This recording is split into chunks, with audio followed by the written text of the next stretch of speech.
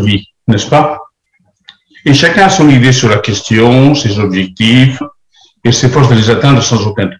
Toutefois, nous rencontrons souvent des personnes d'âge mûr qui nous disent « si c'était à refaire, je m'y serais fait autrement ». La question se pose donc, comment faire des choix de vie qui nous éviteront d'avoir des regrets plus tard? Les joyaux que nous verrons aujourd'hui nous montreront comment faire des choix ne l'ont pas regretté. Nous visionnerons aussi le point de l'actualité numéro 7, préparé par le Collège central. Le Collège central nous transmet plusieurs bonnes nouvelles, encourageantes. Il donne aussi des exhortations afin de préserver notre unité chrétienne. Le moyen principal est de suivre l'orientation du canal que Jéhovah utilise de nos jours pour réussir notre vie. L'organisation de Jéhovah est en marche, l'Esprit de Jéhovah l'a béni. Calquons donc notre vie sur l'orientation donnée par l'organisation de Jéhovah. L'étude biblique sur le culte pur nous permettra d'achever le chapitre qui décrit le temple. Nous reviendrons sur le message d'espoir que Jéhovah a voulu transmettre à son peuple exilé. Nous aurons aussi des suggestions pour prendre de la joie dans le ministère. Et nous en avons besoin, effectivement. Voilà un programme riche et encourageant. Prêtons l'oreille, faisons notre part pour apporter notre contribution par des commentaires courts et précis, par exemple avec le nouveau livre de Josué dans les Perles, et régalons-nous. Nous commençons par les joyaux de la parole de Dieu, comment réussir notre vie.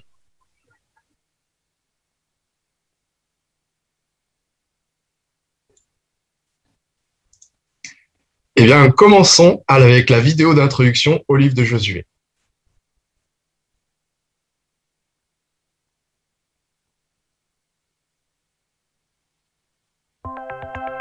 Introduction au livre de Josué. Le livre de Josué porte le nom de son rédacteur, Josué, fils de Nun, qui est devenu le chef d'Israël après la mort de Moïse. Le livre couvre probablement une période de plus de 20 ans, qui commence en 1473 avant notre ère et s'achève vers 1450 avant notre ère, à la fin du travail de rédaction. Le livre de Josué peut être divisé en 4 parties.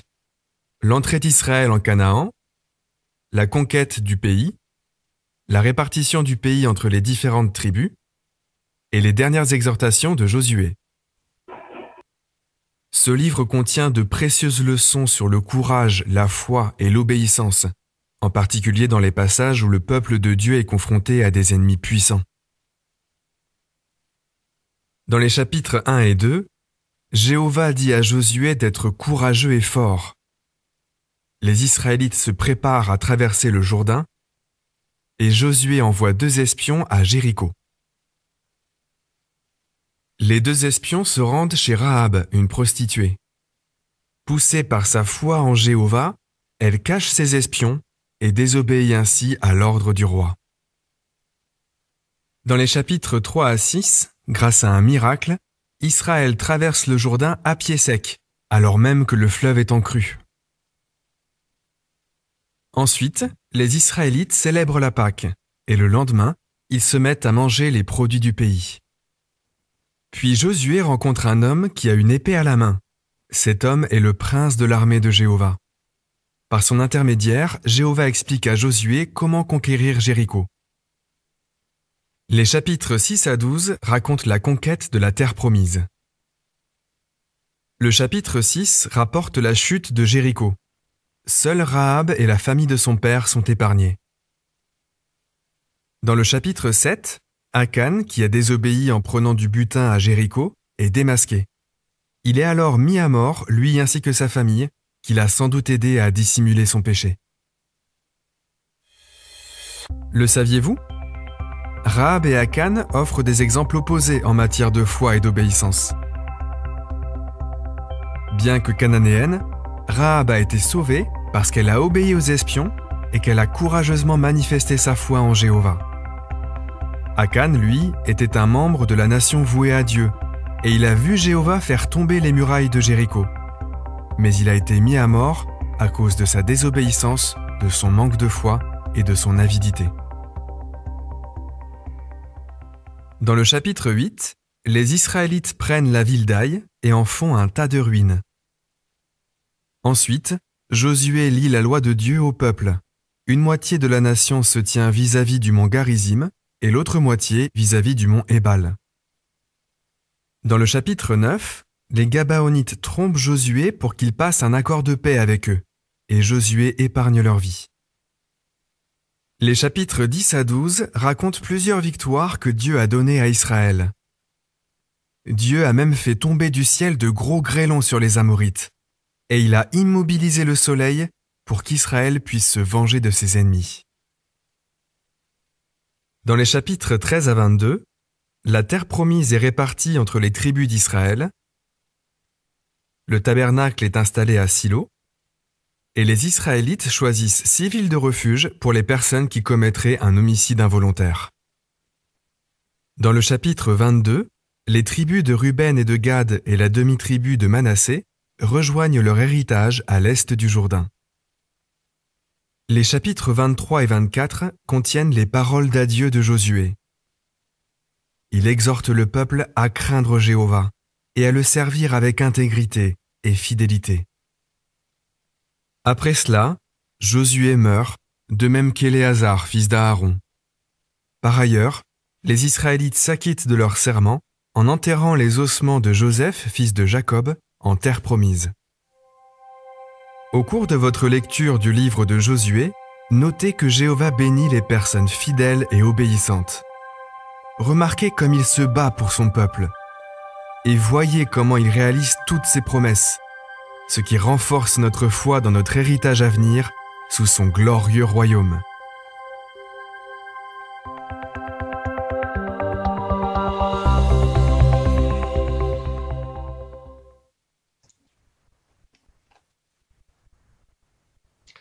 Magnifique vidéo, n'est-ce pas? Vous aimez les modes d'emploi? Alors on est d'accord, pas toujours évident d'en faire son livre de tableau de chevet, en cause les nombreuses explications techniques qui, sauf situation, peuvent nous paraître non pertinentes. Pourtant, vous en conviendrez avec moi, à l'évidence que ce document peut nous aider à réussir à atteindre notre but. Comment faire fonctionner durablement notre appareil et en tirer pleinement satisfaction. C'est ce pourquoi il a été conçu. Et nous agirons en conséquence parce que nous faisons confiance au concepteur de cet appareil. Jéhovah, notre créateur, nous assure de 2 choses qu'il nous faut faire pour réussir notre vie. Premièrement, étudier et mettre en pratique sa parole, notre mode d'emploi. Deuxièmement, faire sa volonté en lui faisant entièrement confiance, lui, notre grand concepteur. En tant que chrétien, quand on parle de réussir sa vie, on comprend qu'il n'est pas en jeu que notre vie dans ce système, mais bien plus, puisque nos choix de vie seront déterminants pour ce qui est de l'espérance dans le monde nouveau. Alors ensemble, prêtons attention aux recommandations que Jéhovah donne à Josué et que l'on retrouve au chapitre 1. Les 2 premières, on les trouve au versets 7 et 8.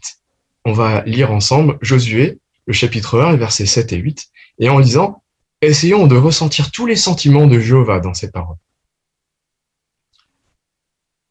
Oui, sois courageux et très fort, respecte soigneusement toute la loi que t'a donnée Moïse, mon serviteur. Ne t'en écarte ni à droite ni à gauche, afin que tu agisses avec sagesse partout où tu iras. Il faudra que tu parles constamment de ce qui est écrit dans ce livre de la loi. Il faudra que tu le lises à voix basse jour et nuit, afin de respecter soigneusement tout ce qui est écrit dedans. Car alors tu réussiras ta vie et tu agiras avec sagesse. Qu'apprenons-nous? Que nous recommande Jéhovah ici? Le verset 7 nous encourage à être courageux et à respecter soigneusement, c'est-à-dire à mettre en pratique cette loi de Jéhovah. Pourquoi? Eh bien parce qu'en tant que créateur, son enseignement est le meilleur mode d'emploi qui soit pour la vie de Josué, mais elle l'est encore pour nous, pour celle de tous les humains aujourd'hui. Et pour pratiquer cet enseignement, il faut encore le connaître, bien le connaître. Jéhovah dit au verset 8, il faudra que tu le lises à voix basse jour et nuit, c'est-à-dire l'étudier en le lisant et en le méditant régulièrement, c'est-à-dire se l'approprier. Et si Josué a véritablement réussi sa mission, que Jéhovah l'a grandement béni, c'est parce qu'il a suivi ses conseils. Voilà donc ce que nous devons retenir. Pour réussir notre vie, il faut étudier et pratiquer l'enseignement qui nous vient de Jéhovah, la Bible. Voyons la deuxième recommandation de notre Créateur à Josué. Lisons le verset 9. « Je t'ai donné cet ordre, n'est-ce pas? Sois courageux et fort.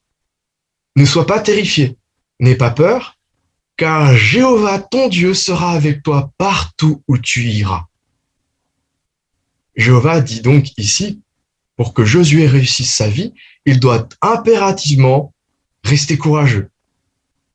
Mais est-ce différent pour nous aujourd'hui? Voici deux exemples de situations présentées dans notre cahier où il nous faut du courage. Si l'on est proclamateur, nous rappelons-nous la première fois que nous avons donné le témoignage de notre foi? Dans le cadre de l'activité organisée, au travail, à l'école ou dans notre famille. La première n'est généralement pas facile et parfois ça l'est encore aujourd'hui. Et si un jour, menottes au poignet, on nous crie de renoncer à notre foi ou de donner les noms d'autres témoins en échange de notre liberté, de faire la volonté de Jéhovah, nous demandera vraiment du courage, n'est-ce pas? Et qu'est-ce qui va nous aider à trouver ce courage alors?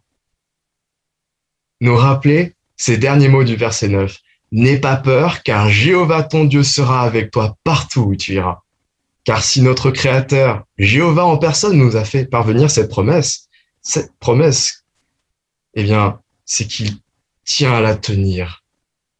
Il en a ferme intention de la tenir, oui, parce qu'il veut vraiment nous voir dans son monde nouveau. Il mérite vraiment notre confiance, n'est-ce pas? Alors, quand sa volonté est en jeu et que ce n'est pas facile, prions-le, agissons avec foi. C'est lui qui fera réussir notre voie. Alors, rappelons-nous que pour réussir notre vie, nous devons premièrement étudier et mettre en pratique l'enseignement biblique et faire la volonté de notre grand concepteur Jéhovah en lui faisant entièrement confiance parce que c'est lui qui fera vraiment réussir notre vie.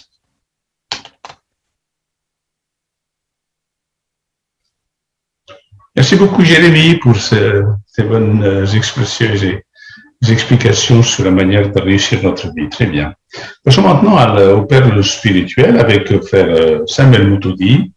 S'il te plaît, Samuel. Voilà, nous allons pouvoir commencer ces perles par la lecture donc, du texte de Josué, chapitre 2, versets 4 et 5. On va demander à la famille, enfin à la sœur Impassi, si elle veut nous lire le texte.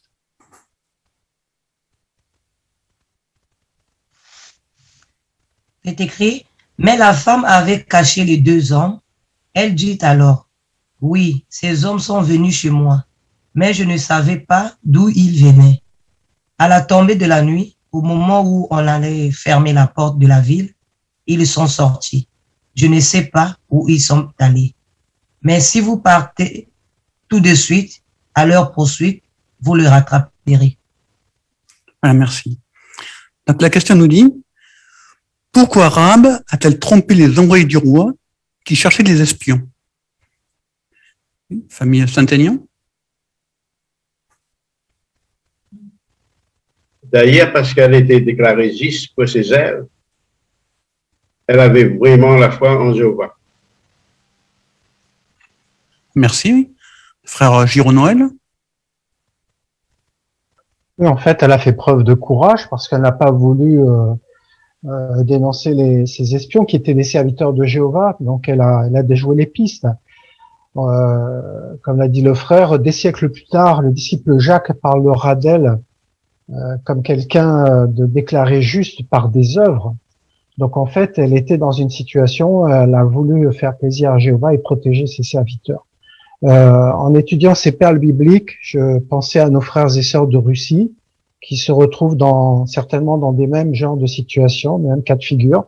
Certainement, parfois, on doit les interroger pour avoir des renseignements, peut-être connaître les responsables, peut-être connaître d'autres frères et sœurs.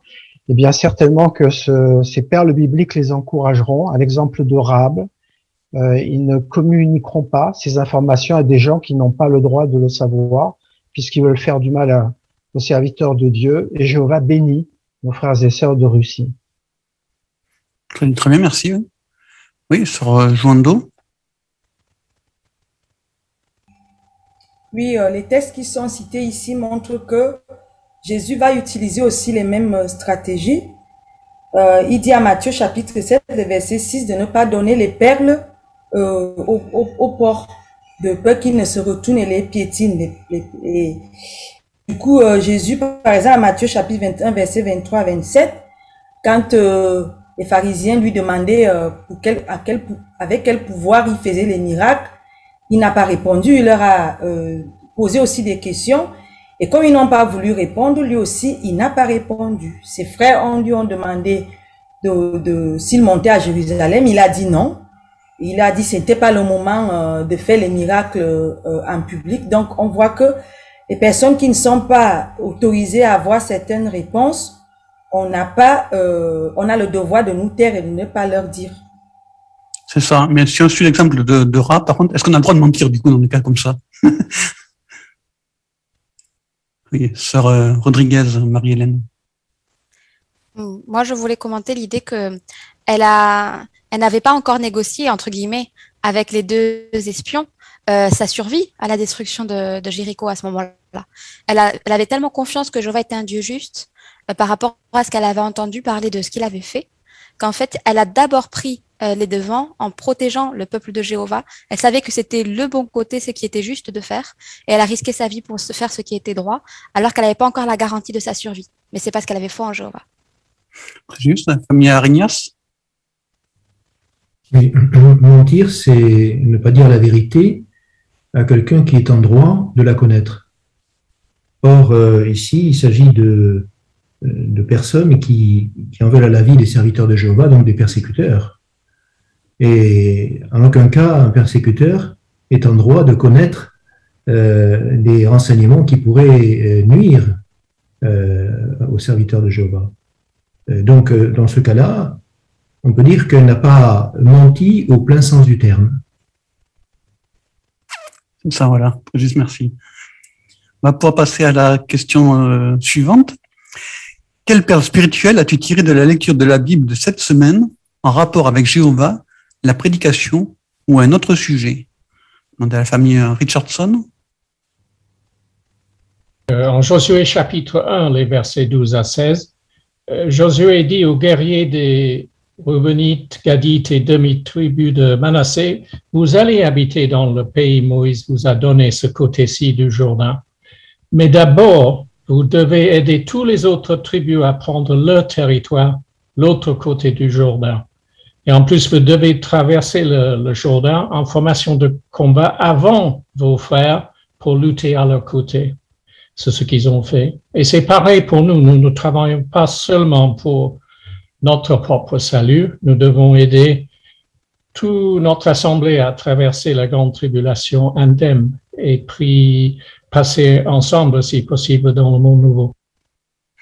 Merci. Sœur Tukoulé Allison. Oui, moi, je me suis arrêtée vraiment sur l'exemple de Rahab. Ça m'a beaucoup touchée et fait réfléchir. Ça m'a renvoyé aussi à la situation d'Abel.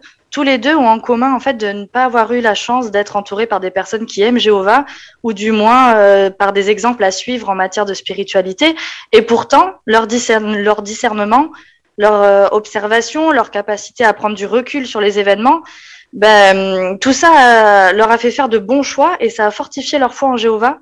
Et du coup, je me suis dit que c'était vraiment de beaux exemples pour nous, parce qu'on est dans des conditions un peu similaires aujourd'hui. On n'a pas toujours de bons modèles autour de nous. Et pourtant, si on cherche bien, Jéhovah, il nous guide dans plein de petites choses. Merci. Famille Serre. C'est également sur l'exemple de Rahab. Dans Josué, chapitre 2, verset 1, il nous est précisé que c'était une Cananéenne et que c'était une prostituée. Donc, son histoire montre que Dieu est à la fois prêt à pardonner et qu'il est impartial. Il bénit ceux qui lui font confiance, quelles que soient leurs origines ou leur vécu. Et parfois, avant de connaître Jéhovah, certains de nos frères et sœurs étaient piégés dans un mode de vie qui était peut-être plus ou moins immoral, qui se sont sentis méprisés, rejetés. Bien, tout comme Jéhovah a remarqué la foi de Rahab, il les a remarqués aussi, il les a attirés à lui, et ils ont changé, ils ont été bénis comme Rahab l'a été. Merci. Le frère Assassinci Adrien. Au début du premier chapitre de Josué, on a Jéhovah qui parle à Josué, qui lui dit par 3 fois « Sois courageux et fort ». Ce qui fait que ce petit discours a l'air d'être un discours de motivation, comme on pourrait retrouver aujourd'hui dans le sport, dans certains films. Mais aujourd'hui, les motivations qu'on met en avant, c'est par rapport à un exploit personnel ou en groupe, mais par rapport à quelque chose qui dépend de nous. Et là, Jéhovah, en fait, il est très clair. Il ne parle pas à Josué des 6 années et plus de guerre qu'il va devoir faire. Il lui parle d'être courageux et fort pour rester fidèle, pour continuer à être fidèle et droit dans la ligne de conduite de Jéhovah. Merci. Famille Thomas. En Josué chapitre 1 et le verset 2, Jéhovah dit à Josué de traverser le Jourdain. Et un peu plus tard, au verset 11, c'est Josué qui parle au peuple. Il leur dit « Préparez vos provisions, car on va traverser le Jourdain ». Et en fait, ça nous apprend que Jéhovah est prêt à nous aider, mais nous aussi, on doit faire notre part. Et si on peut faire une application moderne, Jéhovah nous promet de nous aider si on met son royaume à la première place. Mais on doit aussi faire notre part, car Jéhovah nous demande de pourvoir à nos besoins matériels. Et donc, par exemple, si on n'a plus de travail, on fera l'effort de faire des recherches, parce que le travail ne tombera pas tout seul dans nos mains. Merci. Sœur Surville ou Le Ganet.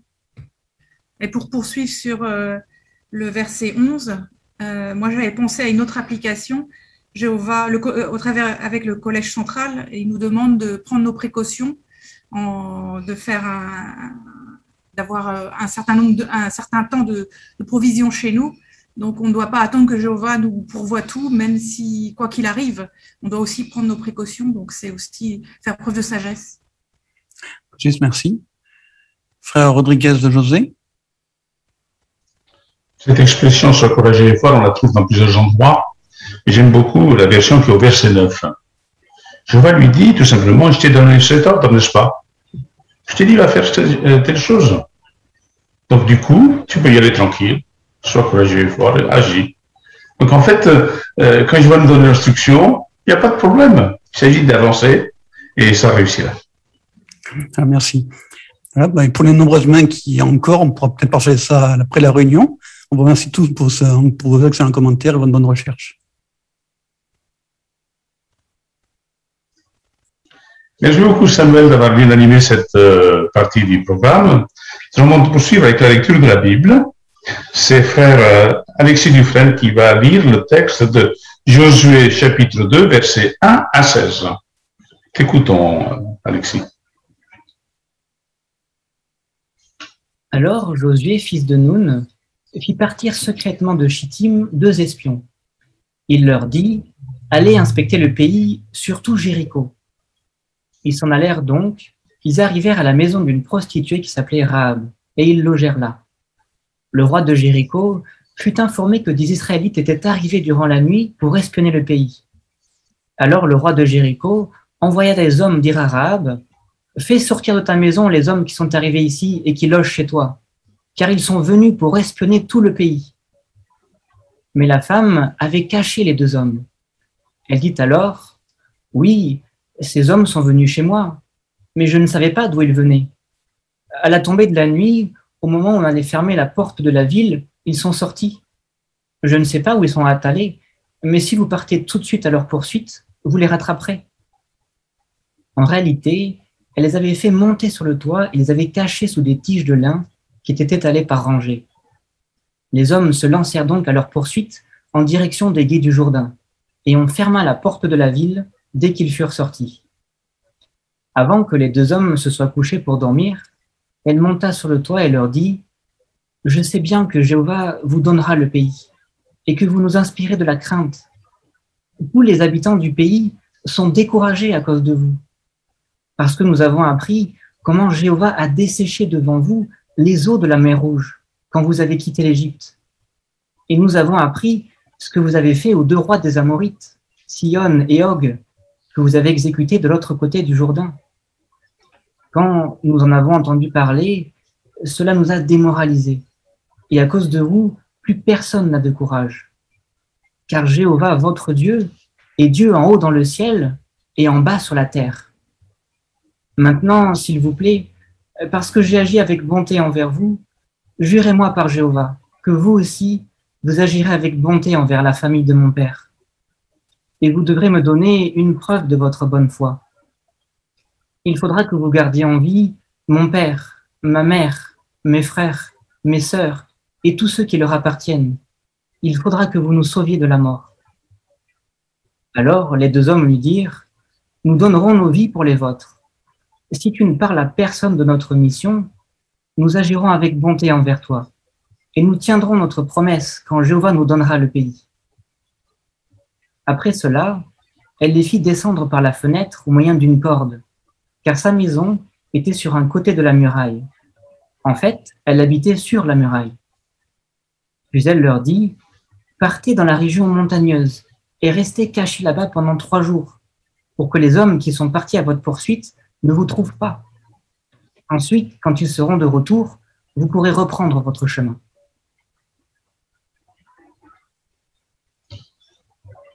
Merci beaucoup Alexis pour ta très bonne lecture, agréable à suivre, il y a pas c'est intéressant, c'est vraiment remarquable, c'est bien, tu es un bon lecteur.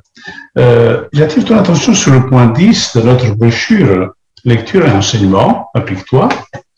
Il parle de la modulation.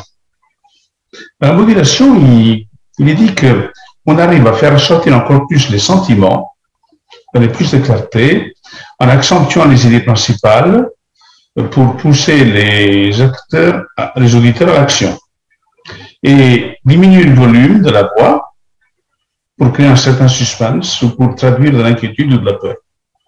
On a vu que tu as fait une très bonne lecture, bien compréhensible, bien agréable, mais peut-être à certains moments, tu aurais peut-être pu augmenter un peu ou baisser quand tu dis « mais il s'était caché en haut là, sur la terrasse ». Tu vois, donc vraiment baisser le ton et vraiment sentir qu'il y a comme une confidence qui était donnée à ce moment-là, tu vois. Bon, Alexis, tu as bien lu, mais peut-être tu peux veiller une prochaine fois à ces petits détails comme ça. Le manuel de Lise met en évidence ça, et varier le ton, varier le débit, donc ce sont autant de points qui donnent de la vie à un sujet. En tout cas, merci beaucoup, Alexis. Nous passons maintenant à la deuxième réunion. Applique-toi au ministère. Nous commençons par la vidéo qui nous montre comment faire une nouvelle visite.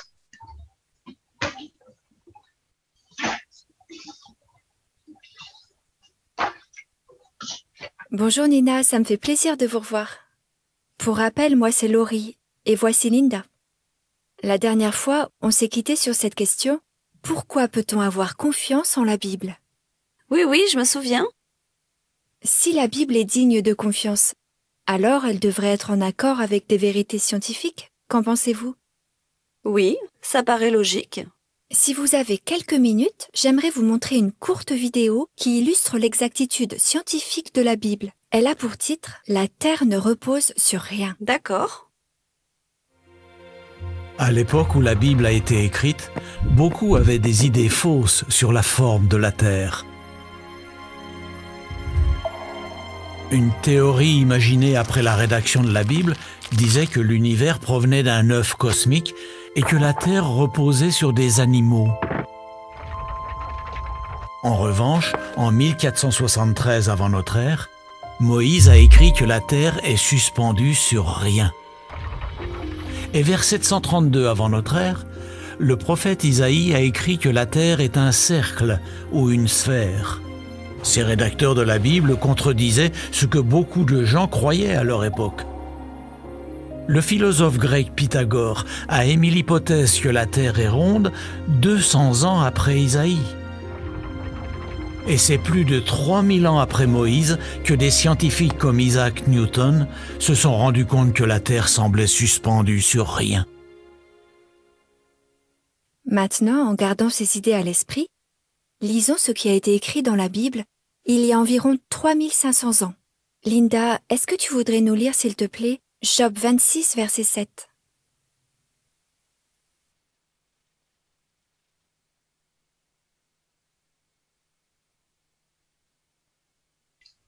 On pourrait se poser la question de quelles idées de la vidéo pourrais-tu te servir pour introduire la lecture de Job 26, verset 7?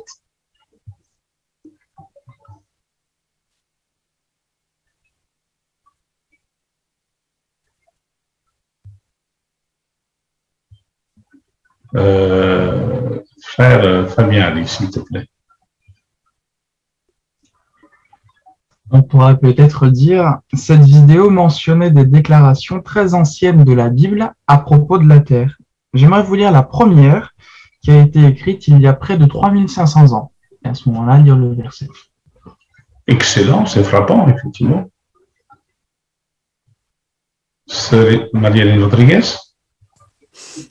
Aussi, on peut peut-être demander à la personne, est-ce que vous avez remarqué qui est le personnage historique qui est connu pour avoir révélé que la Terre ne reposait sur rien? Alors peut-être il va penser à Newton, et dans ce cas-là, c'est assez récent. Et après, on pourrait dire, regardez ce que disait la Bible à telle époque, et peut-être ça va la surprendre. Excellent, donc encore une fois, montrer l'écart des dates, effectivement, très bien. Merci beaucoup, voilà des questions qui sont intéressantes. Fanny Richardson? Oui, on pourrait aussi dire que cette personne, Job, il vivait il y a longtemps, avant qu'il y avait des télescopes et des vaisseaux spatiaux. Effectivement. Merci beaucoup. Poursuivons notre vidéo.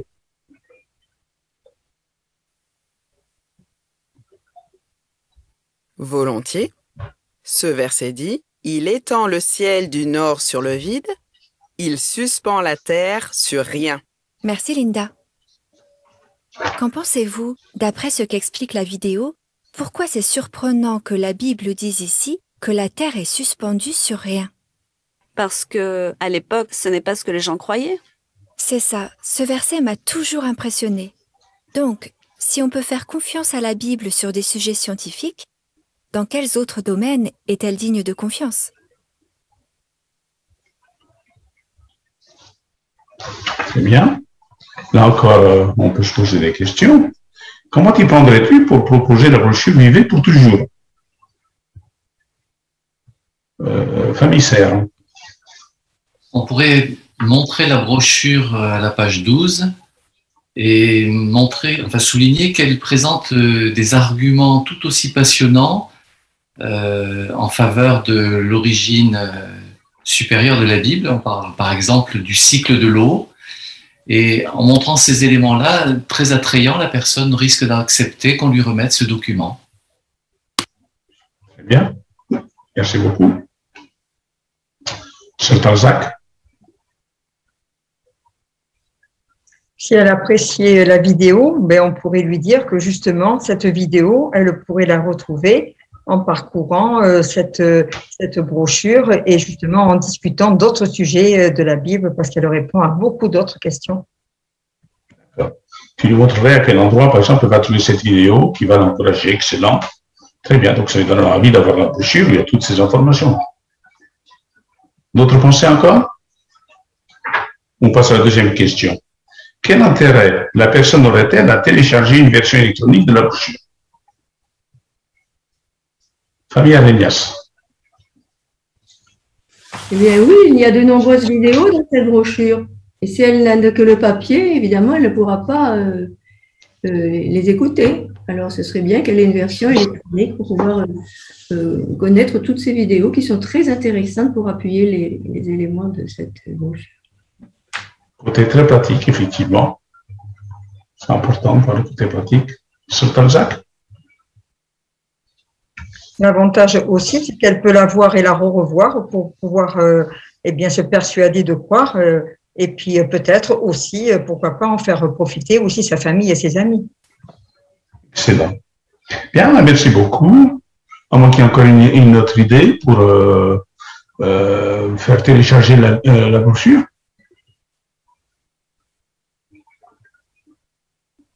Serrano, Elena. Oui, pour dire aussi qu'il y a des témoignages qui montrent qu'ils ont été aidés justement par le fait d'étudier la Bible. Bien, bien. Ben, merci beaucoup pour vos commentaires. Nous allons maintenant poursuivre, si vous le voulez bien. On va regarder un sujet présenté par Sir Hawken sur la manière de présenter la nouvelle visite.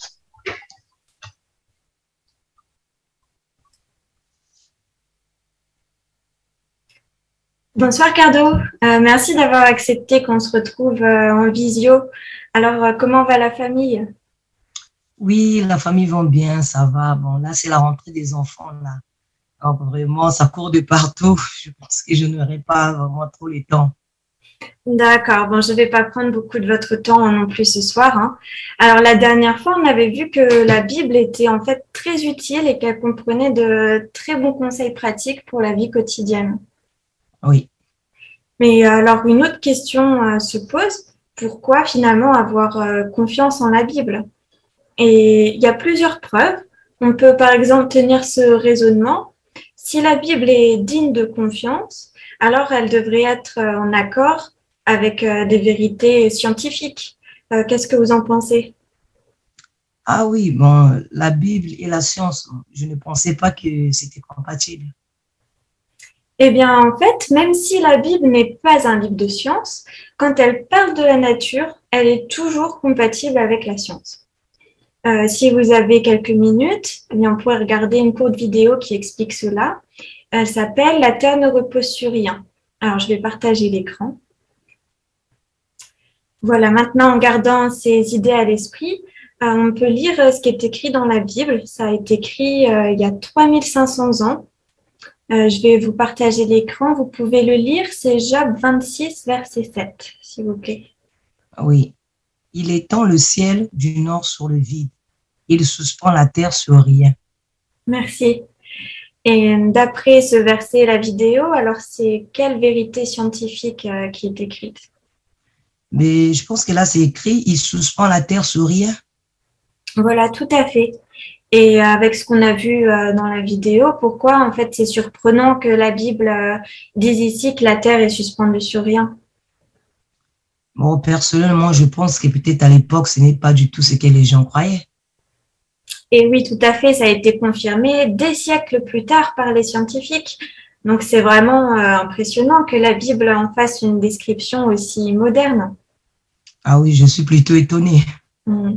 Alors, si on peut faire confiance à la Bible pour des sujets scientifiques, dans quel autre domaine est-elle digne de confiance? Alors, vous voyez, la vidéo qu'on a regardée, en fait, fait partie d'un cours biblique gratuit donné à l'aide de cette brochure. Voilà, Vivez pour toujours. Et je serai heureuse de vous la donner si vous le souhaitez. Oui, merci, ça me plairait. Alors, je vais vous envoyer le lien pour la télécharger. Voilà. Et la prochaine fois, eh bien, on pourrait parler de la leçon 1 et vous pourrez y jeter un coup d'œil avant si vous voulez. D'accord, merci beaucoup.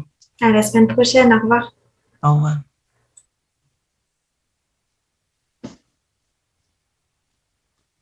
Merci beaucoup les deux sœurs et particulièrement Morgane. Hein, tu avais à travailler l'enthousiasme. C'était enthousiasme parce que tu as stimulé ton auditrice à réfléchir d'abord sur la vidéo et puis ensuite à avoir envie de connaître les choses et proposer l'étude biblique et lui laisser la brochure. Donc c'est excellent. Donc c'est une bonne façon de faire. Voilà.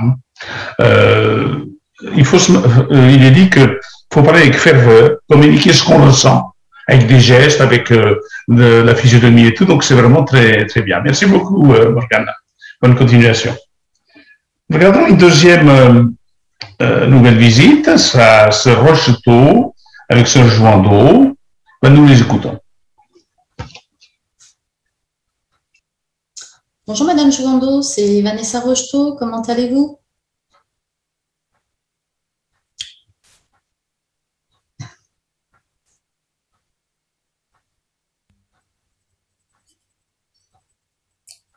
Oui, ça va bien, merci. Et vous? Ça va aussi, je vous remercie. Je vous rappelle, comme convenu, on avait prévu de répondre à la question qu'on avait laissée en suspens, de savoir pourquoi est-ce que l'on peut avoir confiance en la Bible. Alors, une première réflexion pourrait, par exemple, porter sur le fait que si la Bible est vraiment digne de confiance, elle pourrait être en accord avec la science ou l'histoire. Qu'en pensez-vous? Oui, ce serait une bonne base, je crois. Alors, pour savoir ce qu'il en est au niveau de sa cohérence avec la science, est-ce que je peux vous envoyer une courte vidéo, alors soit par mail, soit par texto? Oui, je vous envoie mon adresse mail. Oh, alors, je vous envoie à mon tour la vidéo. Voilà, le mail est parti. Vous pouvez la regarder dès que vous l'aurez reçu. Ah oui, c'est très intéressant. Effectivement, hein, il y a beaucoup d'informations qui sont données dans cette vidéo. Alors, si on veut revenir sur quelques idées qui sont présentées, je pourrais peut-être vous relire le passage qui est évoqué, qui a été écrit par le prophète Moïse. En Job 26,7, il est dit « Il étend le ciel du nord sur le vide, il suspend la terre sur rien ». Alors, suite à ce qu'on a vu dans la vidéo, pourquoi est-il surprenant que la Bible dise que la terre est suspendue sur rien? Parce que je crois qu'au moment où cela a été écrit, les personnes étaient loin de penser cela. D'ailleurs, les dessins représentant leur croyance, c'est surprenant. Quelle imagination! C'est vrai, c'est moins qu'on puisse dire. Hein. On voit tous ces animaux-là qui s'amoncellent. Alors, d'ailleurs, la vidéo rappelle que c'est plus de 3000 ans après la rédaction de ce passage que le scientifique Isaac Newton a évoqué et s'est rendu compte que la Terre était suspendue sur rien. Alors bon, aujourd'hui, vous serez d'accord avec moi pour dire qu'on n'a plus vraiment de doute sur le sujet. On a des belles photos qui sont prises de la Terre depuis l'univers. Mais est-ce que vous avez remarqué une autre idée qui est également une évidence pour nous aujourd'hui? Oui, que la Terre est ronde. C'est cela. Alors bon, là, le temps a été un petit peu plus court entre le moment où un passage a été écrit par un autre prophète qui indiquait que la Terre était un cercle ou une sphère, puisque cela a été repris par le philosophe Pythagore 200 ans après. Donc là, le délai était raccourci. Aviez-vous connaissance de cet aspect de la Bible? Non, à mon avis, je pensais que la Bible traitait juste des questions religieuses. C'est vrai que c'est aussi ce que beaucoup de personnes pensent. Alors, est-ce que, de la même manière que nous venons de le faire, vous souhaiteriez découvrir d'autres points qui nous permettent d'avoir confiance en ce livre? Tout à fait, pourquoi pas? Alors, ce que je vais faire, je vais vous envoyer une brochure, puisqu'en fait, cette vidéo que je vous ai adressée était issue d'une brochure qui sert de support à un cours biblique interactif. Alors, je vous l'envoie par mail. Vous verrez, c'est très pratique le format numérique parce qu'il y a les liens directement sur les vidéos notamment. Voilà, vous l'avez reçu? Oui, je l'ai eu. Alors, dans ce cas, si vous voulez bien aller à la page 14 et au point 4, on va retrouver justement cette vidéo et la référence qu'on a lue tout à l'heure. Et en dessous, il y a une autre idée qui est illustrée par un dessin sur la droite. Est-ce que vous le voyez? Oui, il s'agit du cycle de l'eau. Tout à fait. Alors, ce que je vous propose, c'est de lire le paragraphe qui est indiqué, ainsi que la référence, et puis ensuite, on en rediscute. Alors, il est dit, c'est seulement dans les années 1800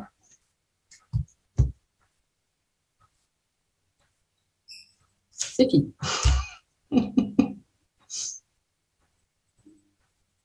Merci beaucoup, excellent, excellent, très, très, très bien. Vanessa, on devait continuer à t'écouter, hein, tu vois, donc c'est intéressant. Alors, tu avais le point 16, à savoir constructif et positif. Voilà. Effectivement, être positif, c'est quoi? C'est simplement attirer l'attention sur ce que Jéhovah a fait, il fera, et communiquer de l'espoir et du courage. Donc, c'est ce que tu as fait. Tu t'es très peu arrêté sur les idées, les choses de la vie, hein. Tu allais directement dans le sujet, c'est vraiment très enrichissant. C'est une bonne façon de procéder. Tu as même encouragé la personne à demander, je voudrais en savoir plus. Et elle dit oui, ça c'est intéressant. Et donc, tu proposes carrément l'étude, c'est excellent. Merci beaucoup, Vanessa, pour cette bonne présentation. On va essayer de la mettre en pratique dans la prédication. Merci beaucoup. Ainsi se termine cette réunion Applique-toi au ministère. Nous passons maintenant à la réunion vie chrétienne. Nous pouvons chanter ensemble le cantique numéro 56. Le thème de ce cantique encore bien adapté, c'est « Vis la vérité ».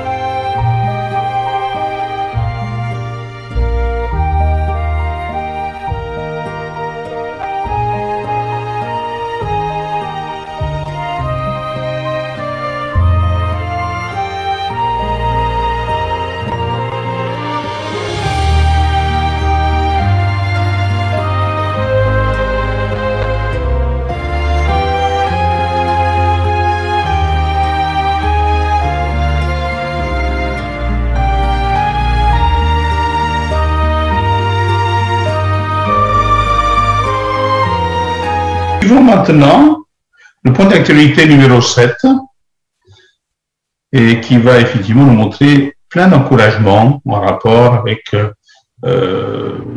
l'époque que nous vivons aujourd'hui. Bienvenue, chers frères et sœurs. Je suis très heureux de vous présenter ce point actualité. C'est incroyable de voir l'œuvre du royaume progresser, même durant la pandémie actuelle. Diverses filiales signalent des records historiques dans le nombre des proclamateurs, des pionniers, des assistants aux réunions et des cours bibliques. Beaucoup nous ont informés d'une assistance record au mémorial. Par exemple, la filiale des Philippines a signalé que plus de 739 000 personnes ont assisté au mémorial cette année. Cela représente 3 fois le nombre des proclamateurs. Une centaine d'assemblées, la plupart en zone urbaine, ont enregistré une assistance d'au moins 500 personnes.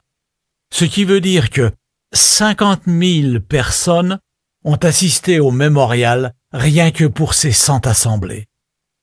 Dans différents endroits du monde, beaucoup ont du mal à se procurer de la nourriture. Avec le soutien de centaines de comités de secours, nous continuons d'aider nos frères et sœurs. Par exemple, au Venezuela, chaque mois, nous fournissons en moyenne 130 tonnes de nourriture à 25 000 frères et sœurs dans le besoin. Une pionnière de 90 ans a dit « Je sais que cette aide vient de Jéhovah, mais il la donne par le moyen de frères que je ne connais même pas, et pourtant ils m'aiment et ils m'apportent leur aide. Merci, chère famille. » Cela fait chaud au cœur de voir comment Jéhovah vient au secours de nos frères et sœurs du Venezuela et aussi du monde entier. Nous vous remercions tous pour vos offrandes qui rendent cette aide possible. Dans le dernier point actualité du Collège central, Frère Heard a dit qu'environ 50% des béthélites du monde entier se sont fait vacciner jusque-là. Cela semblait impossible, au début, de se procurer des vaccins dans certains pays du monde. Mais c'est incroyable de voir qu'aujourd'hui, plus de 80% de notre famille mondiale du Bethel, soit plus de 19 000 béthélites, sont vaccinés et nous faisons tout notre possible pour aider les filiales qui n'ont pas encore pu obtenir de vaccin.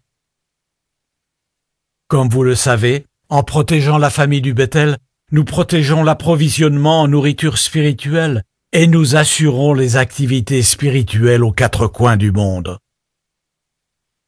Au nom du Collège central, merci, chers frères et sœurs, pour votre magnifique coopération avec toutes les dispositions prises durant la pandémie.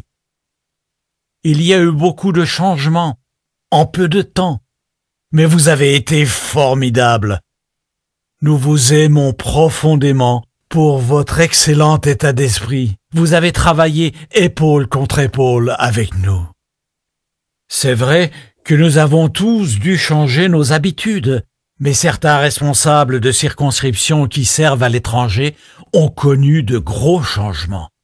Ils ont dû rentrer dans leur pays d'origine pendant la pandémie, et pourtant, certains continuent de desservir les assemblées de leur circonscription par Zoom, tout en étant dans un autre pays et dans un autre fuseau horaire. Écoutons l'un d'entre eux et sa femme. Quelques mois après le début de la pandémie, la santé de mon père s'est dégradée. Donc on a pris la décision d'aller aux États-Unis pour aider ma mère. Au début, on ne pensait pas rester longtemps. Mais au final, la situation sanitaire s'est aggravée et on n'a pas été en mesure de retourner dans notre affectation en Bolivie. Du coup, comme on était à distance, on n'était pas sûr qu'on pourrait continuer d'assurer correctement notre service dans la circonscription. On a senti qu'on avait quelques changements à faire pour avoir le bon état d'esprit. Et ce qui nous a aidés, c'est de prier intensément Jéhovah. Et quand on a vu comment Jéhovah a répondu à toutes nos prières, ça a vraiment renforcé notre foi. On sent que Jéhovah bénit notre service. Les frères nous donnent une direction et on a juste à la suivre. Tout ce qu'on peut faire, on le fait. Et ça se passe bien parce que Jéhovah est aux commandes. Il y a des gens dans le territoire qui ont progressé et qui sont maintenant proclamateurs non baptisés. D'autres ont voué leur vie à Jéhovah et se sont fait baptiser pendant la pandémie. On connaît un frère qui prêche par téléphone avec beaucoup d'enthousiasme et qui a de bons retours. Le mois dernier, il a recontacté plus de 100 personnes intéressées et il a réussi à montrer plus de 200 vidéos à différentes personnes. On a une étudiante qui aime tellement son cours biblique et aussi assister aux réunions qu'elle est prête à marcher 1 heure jusqu'à un endroit où elle capte bien sur son téléphone pour pouvoir suivre son cours biblique ou pour assister aux réunions. Quand je repense à cette année passée, je me rends compte que Jéhovah a toujours été à nos côtés. Il maîtrise totalement chaque situation. Il a bien dirigé son organisation et il a placé ses serviteurs exactement là où ils devaient être. Et ça, c'est la preuve que Jéhovah ne nous abandonnera jamais. Comme c'est encourageant de voir comment nos frères et sœurs restent unis et actifs spirituellement. Et nous devons vraiment continuer de protéger notre unité. Qu'est-ce que l'unité? C'est le caractère de ce qui est un, unique, un état harmonieux. Notez comment l'apôtre Paul décrit ce que nous devons faire pour préserver l'unité en Éphésiens 4, verset 3. Il est dit « Vous efforçant réellement de maintenir l'unité de l'esprit dans le lien de la paix. » Remarquez que ça demande des efforts de maintenir notre unité. Paul a dit que nous devons nous efforcer réellement ou y travailler dur. Qu'est-ce qui pourrait menacer notre unité? Voyons, que se passerait-il si on se passionnait trop pour des questions qui divisent? La Bible a prédit en 2 Timothée chapitre 3 que les hommes seraient égoïstes ou amis d'eux-mêmes, sans esprit d'entente et cruels. C'est ce que nous voyons dans le monde actuellement. Les gens sont sans esprit d'entente. Ils deviennent rapidement virulents en adoptant des positions radicales sur toutes sortes de questions. Nous, chrétiens, nous ne faisons pas partie du monde. Nous restons à l'écart de ces débats. Par exemple, qui aurait pensé que le port du masque pour empêcher la transmission d'une maladie puisse devenir un sujet à débat? Lorsque nous étions petits, nos parents nous ont appris à mettre la main devant notre bouche quand on tousse ou quand on éternue. Dans sa précieuse parole, Jéhovah a défini de nombreuses mesures pratiques destinées à empêcher la propagation de maladies. Comment donc le port du masque a-t-il pu devenir un sujet de polémique pour certains? D'où peut venir cette façon de penser? Nous devons être prudents. Nous sommes tous exposés à la pensée du monde, que ce soit à la télé, sur Internet, au travail ou à l'école. Il y a beaucoup de sites web qui défendent des théories du complot. Si nous ne sommes pas prudents, nous pourrions en venir à nous passionner pour ces débats. Nous risquerions de prêter l'oreille à la voix des étrangers au lieu d'écouter le canal utilisé par Jéhovah, l'esclave fidèle et avisé. Plus nous nous rapprocherons de la fin de ce monde, plus il sera indispensable d'écouter ce canal pour notre sécurité et notre spiritualité.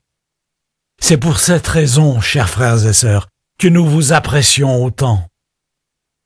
Dès que vous discernez que l'Esprit de Jéhovah oriente le collège central pour qu'il aille dans une certaine direction, vous êtes prompts à le suivre, et en conséquence, nous jouissons d'une unité inestimable. Cela me rappelle l'exemple biblique de Naaman. Par le moyen d'un messager, le prophète Élisée a dit à Naaman qu'il guérirait de sa lèpre s'il se baignait 7 fois dans le Jourdain. Comment Naaman a-t-il réagi? Je vous invite à lire avec moi 2 Rois, chapitre 5, versets 11 et 12. Alors Naaman se mit en colère et s'en alla en disant « Je m'étais dit, il sortira vers moi et se tiendra devant moi, puis il priera Jéhovah son Dieu en passant sa main au-dessus de ma lèpre pour la guérir. L'Abana et le Pharpar, les cours d'eau de Damas, ne valent-ils pas mieux que toutes les eaux d'Israël? Est-ce que je ne peux pas m'y laver pour devenir pur? » Il fit donc demi-tour et repartit furieux. Naaman avait son propre avis sur la façon dont il devait être guéri. Il avait des convictions fortes, mais Jéhovah voyait les choses différemment. Pour guérir, Naaman allait devoir s'humilier et se laisser guider par le canal que Jéhovah utilisait. Naaman avait du mal à l'accepter, mais ses serviteurs ont bien compris les choses. Que lui ont-ils dit de faire? Et quel a été le résultat? Lisons les versets 13 et 14. Ses serviteurs allèrent le voir et lui dirent « Seigneur, si le prophète t'avait demandé de faire une chose difficile, tu l'aurais écouté, n'est-ce pas? Alors, pourquoi ne pas l'écouter, puisqu'il t'a simplement dit « Lave-toi et sois pur ». Naaman descendit donc dans le Jourdain et se plongea 7 fois, comme l'homme du vrai Dieu l'avait demandé. Alors sa chair redevint comme la chair d'un petit garçon, et il devint pur. Quel enseignement tirons-nous? Comme Naaman, nous pouvons avoir un peu de mal à accepter certaines choses, surtout si nous avons une conviction forte. Mais une chose est sûre. Si nous suivons l'orientation donnée par le canal que Jéhovah utilise, nous serons bénis, et plus important encore, nous resterons unis. Évidemment, le diable ne se réjouit pas de voir cette coopération, cette belle unité dont nous bénéficions. Nous devons donc être sur nos gardes pour la préserver. Cela me rappelle quelque chose qui m'est arrivé il y a de nombreuses années et qui a gravé cette leçon dans mon esprit. À un moment donné, certains de nos frères ont été divisés, ce qui a entraîné de nombreux problèmes. Cela vous fait peut-être penser à une vidéo qui a parlé de ces événements. Regardons un extrait de cette vidéo. En Roumanie, la situation des frères était très difficile. Le Parti communiste voulait que les frères se méfient les uns des autres. Des membres du parti prenaient certains frères à part. Ils disaient une chose à certains et le contraire à d'autres. Parfois, un agent de l'État faisait semblant de s'intéresser à la vérité. Avec beaucoup d'habileté, il trompait les frères. Et il ne se contentait pas de se faire baptiser, il allait même jusqu'à devenir ancien. Mais en réalité, c'était un agent de la police secrète qui avait pour objectif de récolter toutes les informations possibles sur l'organisation. Une fois, ce genre de tromperie a amené des frères à se méfier d'un frère nommé par le siège mondial. Ces frères se sont séparés de l'organisation utilisée par Jéhovah et certains d'entre eux sont restés à l'écart de l'organisation, pas juste quelques années, mais des dizaines d'années. Ils étaient très nombreux, près de 5000 proclamateurs. Ils continuaient à se réunir, ils prêchaient, ils se servaient de publications qu'ils avaient gardées des années précédentes. Mais comme ils n'avaient plus de lien avec l'organisation utilisée par le siège mondial, ils pouvaient difficilement se procurer les dernières publications pour les étudier. Il y a eu plusieurs tentatives pour faire revenir ces frères à l'organisation. Mais ils restaient très méfiants, semble-t-il. Pourtant, quand nous avons dit aux frères qui avaient pris la tête de ce groupe qu'un membre du collège central allait venir, il était très content.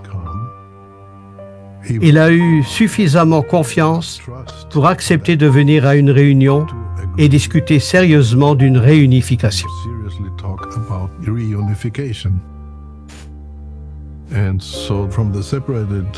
De ce groupe de frères, il y avait le responsable, frère Albu, et 4 anciens influents. De notre côté, il y avait frère Jarax et notre interprète. Et j'étais là, moi aussi. Il y avait aussi plusieurs membres du comité de pays de Roumanie. Je me souviens, le premier soir, les frères se sont reprochés d'avoir ou de ne pas avoir fait certaines choses, ce qui ne les aidait pas à avoir le bon état d'esprit. Nous les avons surtout écoutés. Mais tout le monde était d'accord pour se revoir un autre soir. Le deuxième soir, il était évident que Jéhovah voulait que les frères soient de nouveau réunis, car leur état d'esprit avait complètement changé. Ils ont discuté de tous les problèmes et ils ont dissipé certains malentendus. À la fin de cette réunion, je me souviens de ce que frère Albu, le responsable du groupe qui s'était séparé, a dit. « Unissons-nous, car si nous ne le faisons pas maintenant, l'occasion ne se représentera peut-être plus. » La décision a été prise. Il faut dire que ce n'est pas tous les jours que 5000 frères et sœurs reviennent à l'organisation.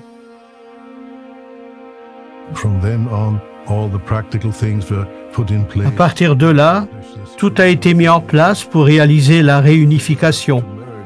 On a demandé à ces frères de réintégrer nos assemblées. Il aura fallu beaucoup d'humilité, mais ils étaient prêts à le faire. Il n'y a pas de doute qu'ils étaient sincères et qu'ils aimaient la vérité. La réunification a bien eu lieu. Ça a été une merveilleuse victoire pour Jéhovah et une défaite pour Satan.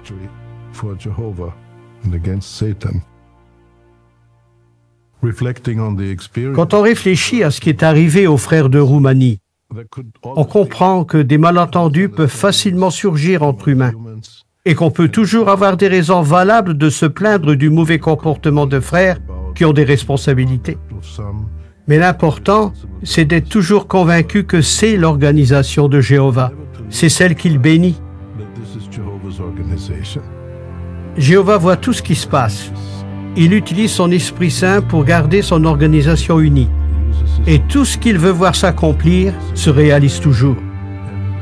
Si nous coopérons avec l'Esprit Saint, Jéhovah bénira nos efforts, nos actions réussiront, et cette réussite l'honorera.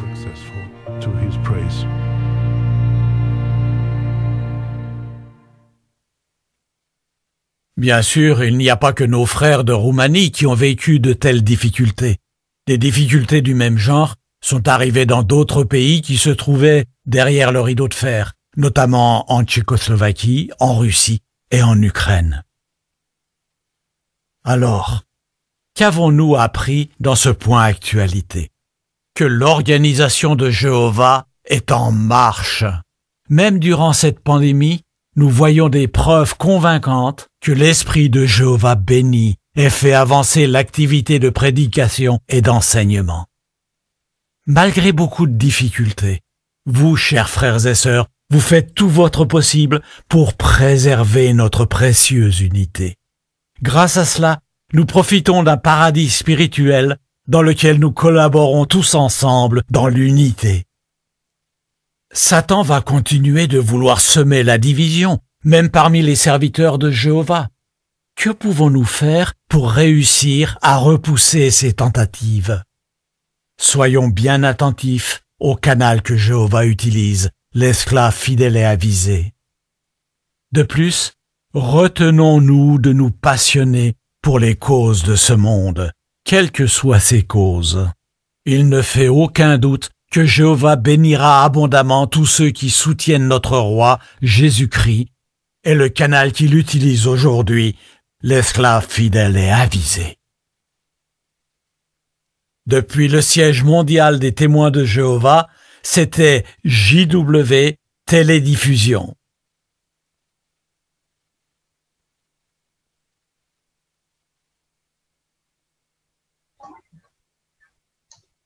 Qu'est-ce que c'est encourageant, n'est-ce pas, d'avoir de telles nouvelles? Eh bien, nous allons poursuivre notre réunion avec l'équipe biblique de l'Assemblée. C'est frère Jean-Louis Serre qui va la diriger.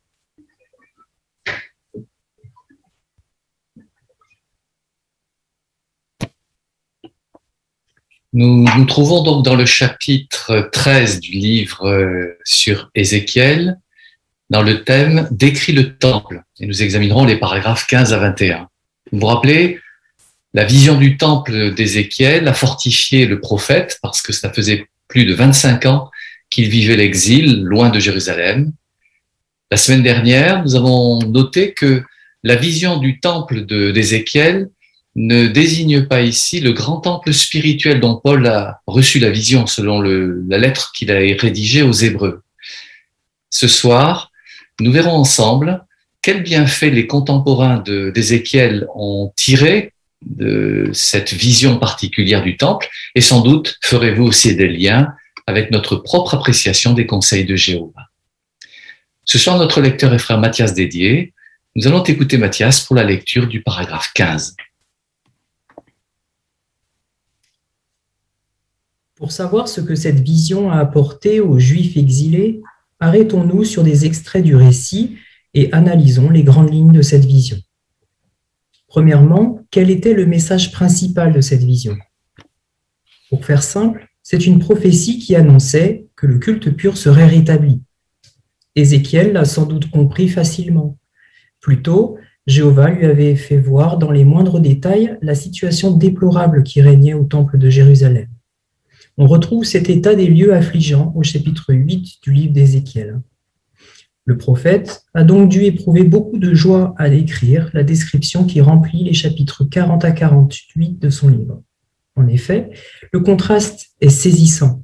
Ici, le culte pur est pratiqué comme il se doit. Jéhovah est adoré dans le plus parfait respect de la loi de Moïse. Merci. La question A demande: quel était le principal message de la vision d'Ézéchiel? La leçon clé de ce message que nous examinons particulièrement ce soir. Sœur Renaud? Et comme il est dit, elle est simple. C'est une prophétie qui annonce que le culte pur sera rétabli. Et ça va bien encourager Ézéchiel, puisque ça fait 25 ans qu'il était en exil et qu'il savait que Jérusalem avait été dévastée. Donc, très bien. Du plaisir. Excellent. Alors la question B demande à présent: quel contraste existe-t-il entre Ézéchiel au chapitre 8 et Ézéchiel au chapitre 40 à 48? Sœur Nzali Rebecca, s'il te plaît. Au chapitre 8, on voit que la situation elle est catastrophique. Quand on regarde le verset 10, on dit que il y avait toutes sortes d'idoles répugnantes. Au verset 11, même les anciens étaient concernés, puisqu'il y a 70 anciens qui se tiennent dans l'obscurité, donc ils se laissaient aller en se disant que Jéhovah ne les voyait pas. On voit aussi au verset 16 qu'il est parlé de ceux qui se prosternent devant le soleil. Donc au final, le peuple était complètement détourné de Jéhovah et il se livrait sans vergogne à l'idolâtrie, contrairement à ce qu'on voit après dans les chapitres suivants. Alors, quelqu'un veut-il parler des chapitres 40 à 48 d'une manière globale? Quels sont les aspects qui apparaissent en contrepoint de ce chapitre 8? Sœur Sœur Nicole. Et dans cette vision, donc, le culte pur est pratiqué comme il se doit et Jéhovah est adoré dans le plus parfait respect de la loi de Moïse. Très bien. Sœur Jouando. Oui, dans ces chapitres aussi, on voit comment Jéhovah même fait le contraste entre les prêtres la prêtrise qu'il avait désobéi, les lévites qu'il avait désobéi, avec ceux qui vont remettre en marche son culte. Donc, on voit vraiment un contraste entre ce qu'on a vu au chapitre 8 et ce qui est au chapitre 40 et 48, parce que tout sera suivi et la pureté du culte sera aussi respectée. Très bien. Lisons à présent le paragraphe 16. Pour que le culte de Jéhovah soit rétabli, il fallait qu'il soit en quelque sorte élevé, placé au-dessus de tout le reste. Plus d'un siècle auparavant, le prophète Isaïe avait annoncé « Dans la période finale des jours, la montagne de la maison de Jéhovah sera solidement établie au-dessus du sommet des montagnes. Elle s'élèvera au-dessus des collines. » Jéhovah a donc fait savoir à Isaïe que le culte pur serait rétabli et qu'il retrouverait la place honorable qui lui revient de droit, comme s'il était placé sur la plus haute des montagnes. Or, dans la vision qui nous intéresse, où se trouvent les bâtiments que Jéhovah fait voir à Ézéchiel? Sur une très haute montagne. La vision d'Ézéchiel a confirmé donc que le culte pur serait rétabli. Très bien. Question 16. Pourquoi peut-on dire que la vision d'Ézéchiel confirme ce qu'Isaïe avait annoncé plus d'un siècle auparavant? Frère Moins Geoffrey. Eh bien, en fait, dans le verset d'Isaïe, chapitre 2, verset 2, ici, Isaïe dit que la période finale des jours, la montagne de la maison de Jéhovah sera solidement établie au-dessus des sommets des montagnes. Et en fait, dans le verset d'Ézéchiel, on voit bien qu'Ézéchiel raconte qu'il a été transporté à un endroit, et en fait, c'était sur une très haute montagne. Donc, en fait, on retrouve la même idée à travers ces deux versets, et on verra bien dans la suite des paragraphes l'explication aussi, bien que cela. Merci. Quel est donc le sens de ce que le culte est placé sur une haute montagne, tant dans le texte d'Isaïe que dans celui d'Ézéchiel?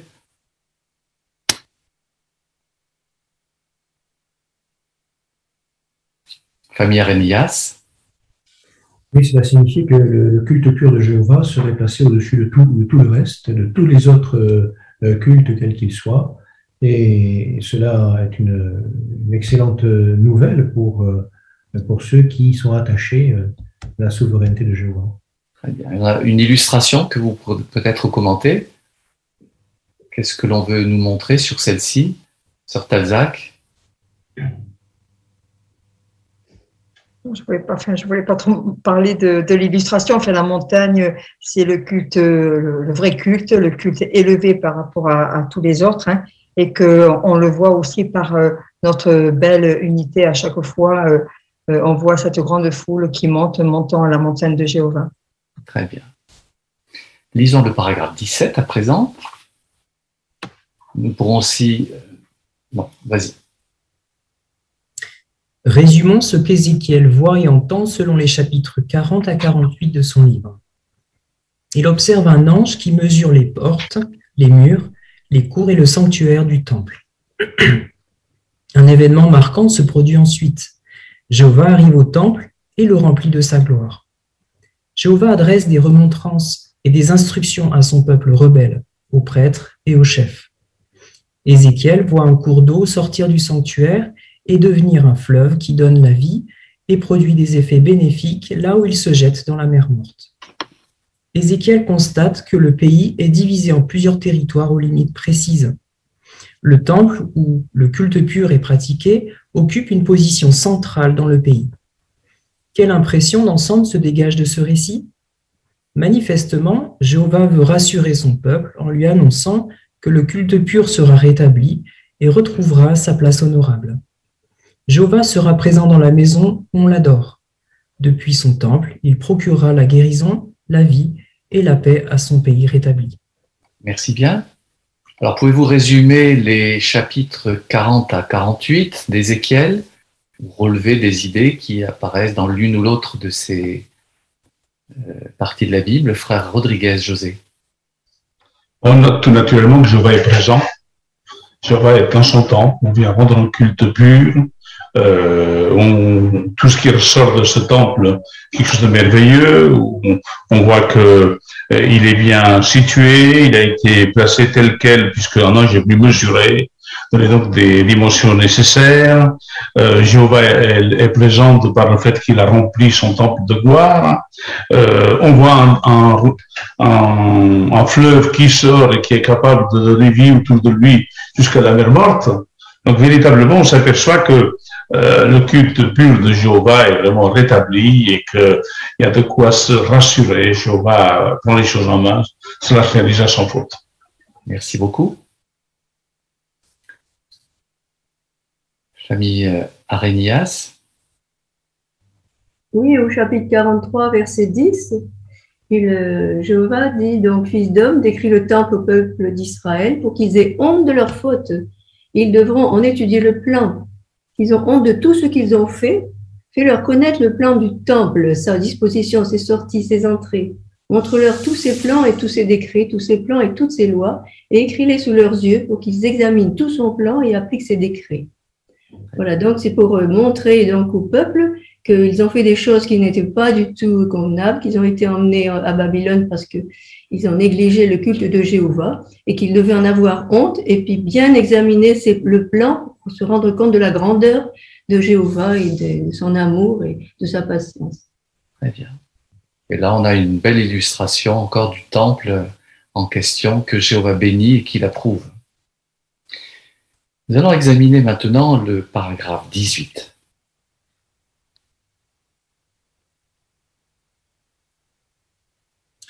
Deuxièmement, cette vision devait-elle être interprétée de façon littérale?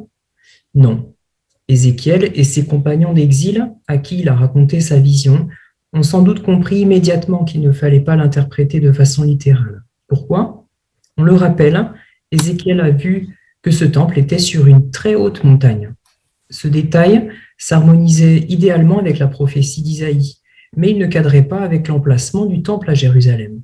En effet, le temple de Salomon avait été construit sur le mont Moria, et c'est là qu'il serait un jour reconstruit. Or, le mont Moria est-il une très haute montagne? Non, en réalité, le mont Moria est entouré d'autres sommets qui se trouvent à la même altitude que lui, ou même qui le dépassent.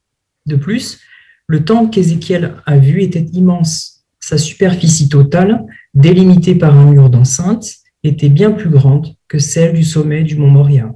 Elle dépassait même la taille de Jérusalem telle qu'elle existait à l'époque de Salomon. Par ailleurs, les exilés ne s'attendaient certainement pas à voir un jour un cours d'eau littéral sortir du sanctuaire du temple et aller se jeter dans la mer morte pour y faire réapparaître la vie. Enfin, le territoire montagneux de la terre promise ne permettait pas de tracer les limites parfaitement droites et parallèles qui devaient séparer les tribus d'après la vision. Cette vision ne se prêtait donc pas à une interprétation littérale. Merci. La question demande, la vision du temple devait-elle être interprétée de façon littérale? Et pouvez-vous expliquer dans ce cas? Famine Gomé.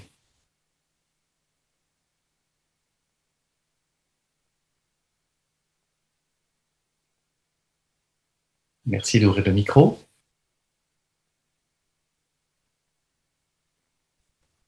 Désolée, je reprends. Je disais, au niveau de l'aspect, comme la prophétie d'Ésaïe, Ézéchiel a vu que le temple était sur une très haute montagne, sauf que l'emplacement ne cadrait pas avec le temple que Salomon avait construit à Jérusalem sur le mont Moria, puisque le mont Moria n'était pas une très haute montagne. Donc, on peut dire que le temple qu'Ézéchiel a vu était immense et c'était une magnifique évocation du rétablissement du culte de Jéhovah. Très bien. Voyez-vous d'autres raisons de déduire qu'il ne peut pas s'agir d'une compréhension littérale? Famille Thomas. Quelque chose de tout simple. Le temple était très grand.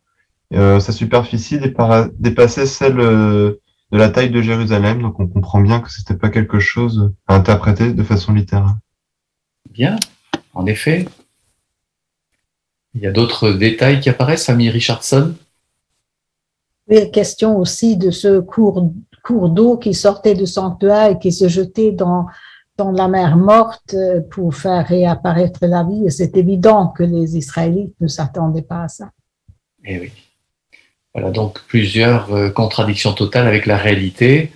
Nous avons affaire ici à une vision symbolique. Avec les paragraphes 19 à 21, nous allons considérer d'autres éléments intéressants et le lecteur voudra aussi nous lire le texte d'Ézéchiel 43, versets 10 à 12.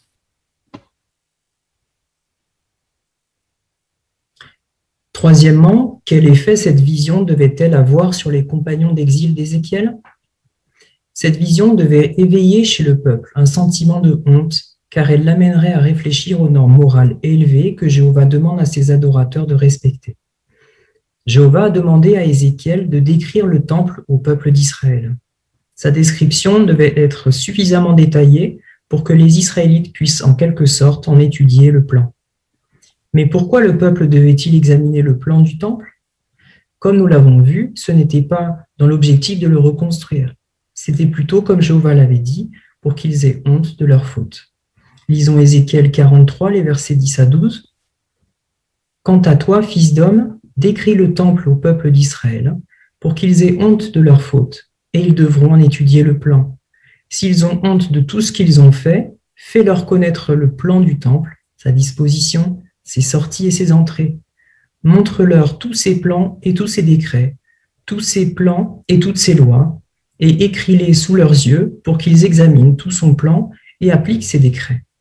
Voici la loi du temple. Tout le territoire qui entoure le sommet de la montagne est très saint. Oui, telle est la loi du temple. Pourquoi cette vision avait-elle le pouvoir de faire vibrer la conscience des exilés sincères et de leur faire ressentir de la honte? Notons ce que Jéhovah avait demandé à Ézéchiel. « Fils d'homme, sois attentif, regarde et écoute bien tout ce que je te dis au sujet des décrets et des lois du temple de Jéhovah. » Dans sa vision, Ézéchiel a plusieurs fois entendu parler de décrets et de lois. L'ange lui a aussi souvent rappelé quelles étaient les normes fixées par Jéhovah dans certains domaines. Par exemple, la norme définissant la longueur d'une coudée et la norme d'équivalence des poids exacts. Cela a de quoi surprendre, mais Ézéchiel emploie dans cette seule vision plus de 50 fois les mots hébreux que l'on traduit en français par mesurer, mesure, dimension, valeur ou taille. Des mesures, des poids, des lois, des décrets, qu'est-ce que Jéhovah était en train d'enseigner à son peuple? Apparemment, il leur rappelait de manière très concrète une vérité fondamentale. C'est lui seul qui fixe les normes morales que les pratiquants du culte pur doivent respecter. Il fallait que ceux qui avaient dévié de ces normes aient honte. Mais quels aspects précis de la vision allaient faire réfléchir les Juifs? Dans le chapitre suivant, nous en examinerons quelques-uns. Cela nous aidera à discerner plus clairement ce que cette vision remarquable signifie pour nous aujourd'hui. Merci pour ta bonne lecture, Mathias. La question de ces paragraphes demande: quel effet cette vision devrait-elle avoir sur les compagnons d'exil d'Ézéchiel? Et à votre avis, pourquoi? Famille Dufresne. Il devait leur faire ressentir de la honte et ainsi réfléchir aux normes élevées de Jéhovah. Très bien, excellent. Famille Hougard. C'est intéressant de voir dans toute la description que fait Ézéchiel qu'il appuie plus d'une 50aine de fois sur l'idée de mesurer, de prendre des dimensions, de voir les perspectives, tout ça. Donc en fait, il voulait vraiment, je vais insister vraiment sur la notion de normes, enfin de normes fixées en fait, que lui-même avait fixées pour montrer au peuple ce qu'il attendait réellement en matière de culte. Et je pense qu'effectivement dans l'imaginaire des Juifs, ils devaient bien comprendre que ces mesures du temple n'étaient vraiment pas faites par hasard. Elles étaient vraiment là pour aider les Juifs à pratiquer davantage, plus scrupuleusement, en tout cas les normes bibliques. Tout à fait. On a d'ailleurs une illustration qui veut montrer ce qui a pu se passer dans la nation. Que voyez-vous d'intéressant dans leur comportement?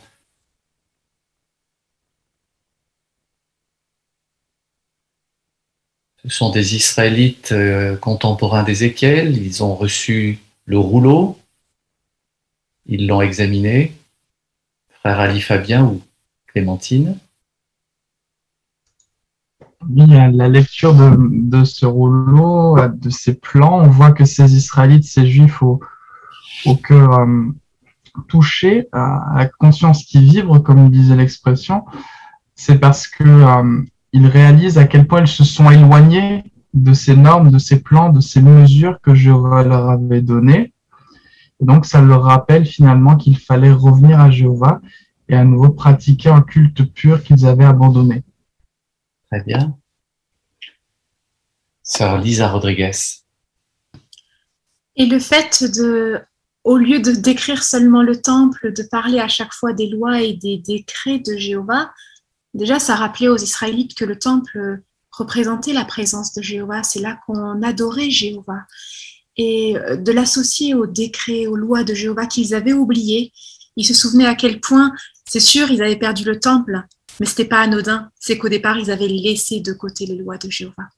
Très bien. Faites-vous un lien avec notre propre appréciation de ces rappels sur les normes divines? Quel effet pourrait avoir cela dans notre vie, à votre avis? Sœur Cathy Borne. Oui, bien sûr. Pardon. La prise de conscience se fait lorsqu'on lit les normes de Jéhovah, lorsqu'on les découvre, qu'on les redécouvre, ou qu'on prend conscience qu'on les avait complètement zappées, pour parler avec un mot un peu moderne. Il peut arriver qu'on ressente cette honte, qu'on ait cette prise de conscience que oui, il faut changer quelque chose. Et c'est heureux puisqu'il y a eu cette prise de conscience parce que on est allé lire la Bible, on est allé fouiller dedans et on prend conscience que on a fait fausse route. Excellente remarque, merci beaucoup. Nous allons regarder maintenant les 3 questions qui révisent ce chapitre important. Alors la première demande: quelle méthode adoptons-nous aujourd'hui pour analyser la vision du temple glorieux? Sœur Michel Pouillet. Oui, grâce à la prière et à la méditation, le Collège central a pu discerner qu'il fallait plutôt analyser cette prophétie plus simplement et ne pas lui donner forcément un sens prophétique ou symbolique, et attendre humblement que Jéhovah en clarifie le sens si cela semblait nécessaire. À l'exemple de Michée dans le chapitre 7, verset 7, qui dit « Je guetterai Jéhovah et je l'attendrai patiemment ». Très bien, excellente analyse. La deuxième question: pourquoi ne disons-nous plus qu'Ézéchiel a vu le grand temple spirituel que Paul a présenté en détail des siècles plus tard? Pourquoi ne disons-nous plus cela, famille Dufresne? On a vu la semaine dernière qu'il y avait de nombreuses différences entre ces 2 temples, notamment au niveau des sacrifices, puisque dans le temple d'Ézéchiel, c'était des sacrifices animaux, alors que dans le grand temple, le seul sacrifice, c'était celui de Jésus. Très bien. Avez-vous relevé d'autres idées? Sœur Jouando. Il y avait aussi le lieu. Jéhovah s'adresse à Ézéchiel pour lui montrer concernant les choses terrestres, alors que l'apôtre Paul, lui, le lieu de son temple, c'est le ciel. Et ça fait une grande différence aussi. Excellent. Enfin, dernière question: quel était le principal message de cette vision pour Ézéchiel et ses compagnons d'exil? Ce qu'on a surtout examiné aujourd'hui. Quel est le point clé qui a été transmis dans ce message? Famille Thomas. Cette vision, c'était une prophétie qui annonçait que les cultes purs seraient rétablis. Tout à fait. Et cela nous encourage, en effet, pour nous qui souhaitons le fait que Jéhovah intervienne aussi d'une façon encore plus complète par son royaume très bientôt. Alors, nous avons beaucoup apprécié votre participation, votre bonne préparation. C'est une étude toujours qui demande un certain effort et on apprécie que vous fassiez des recherches, vous ayez bien préparé vos réponses. Le chapitre 14 nous permettra de parler des mensurations du temple et nous tirerons des leçons. Bonne préparation pour la semaine prochaine.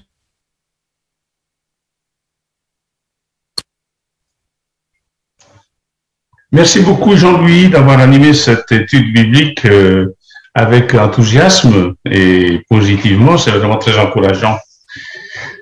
Voilà, effectivement, nous arrivons à la fin de notre réunion. C'était bien agréable, n'est-ce pas? On n'a pas été déçus de ce qu'on avait mis en évidence.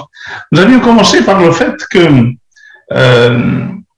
nous désirons réussir notre vie. Et pour ça, il y a un mode d'emploi, nous a dit bien évidemment, frère Jérémie Dubois. Le mode d'emploi, c'est Jéhovah qui le donne. Pour réussir sa vie et agir avec sagesse, il faut étudier et pratiquer la parole de Dieu. L'étudier, lire à voix basse, autrement dit, se l'approprier. J'avais certainement aussi été encouragé par les idées exprimées dans le point d'actualité qui rejoignent celles des joyaux. Faire la volonté de Jéhovah en lui faisant entièrement confiance, on l'a encore vu dans l'étude biblique, ainsi qu'à son organisation. Nous avons réfléchi sur l'étude Naaman. Pourquoi pas aller se baigner dans les fleuves de son pays plutôt que le Jourdain, effectivement. Hein. Tout simplement parce que c'est Jéhovah qui l'avait décidé. Le prophète avait transmis le message de Jéhovah. C'était une indication précise. Il convenait donc d'appliquer cette instruction. Qu'a-t-on vu encore? Que nous devons être courageux et forts comme l'a été Josué. C'est vrai. Jéhovah nous a donné des instructions pour ce que nous devons faire. Et donc, à nous de le faire. Et avoir confiance, comme le dit un texte de, je crois que c'est Josué chapitre 1, verset 9. Je t'ai donné un ordre, n'est-ce pas? Ben vas-y. Aie confiance, je suis avec toi. C'est ainsi que Jéhovah nous parle. Et revenons aussi sur le point d'actualité, notre idée. Retenons-nous de nous passionner pour les courses de ce monde, qui sont souvent source de division. Et nous voulons rester unis. Vous avez vu l'image intéressante que Jean nous a donnée par rapport à ce qui s'est passé dans les pays de l'Est. Les ennemis, ceux qui travaillent pour Satan, vont utiliser tous les moyens pour essayer effectivement de nous détourner, de nous perturber. Et si nous ne sommes pas attachés à l'organisation, il est probable que la confiance parfois puisse manquer à tel ou tel frère, parce que nous a évoqué telle ou telle chose. Fausse ou vrai, on n'en sait rien. Donc à nous, effectivement, de rester attachés à Jéhovah. Jéhovah donne la direction, on applique à suivre. Puis dans le dernier cantique, nous allons avoir aussi des idées intéressantes. L'obéissance est bénie. Dieu ne bénit que si on lui obéit. Donc, bâtissons-nous un futur long et stable en appliquant les paroles du Seigneur. Nous durerons si nous obéissons. Et voilà pourquoi nous allons chanter le cantique numéro 89. Le thème de ce cantique, c'est l'obéissance est bénie. Après quoi, frère Juliano terminera par la prière.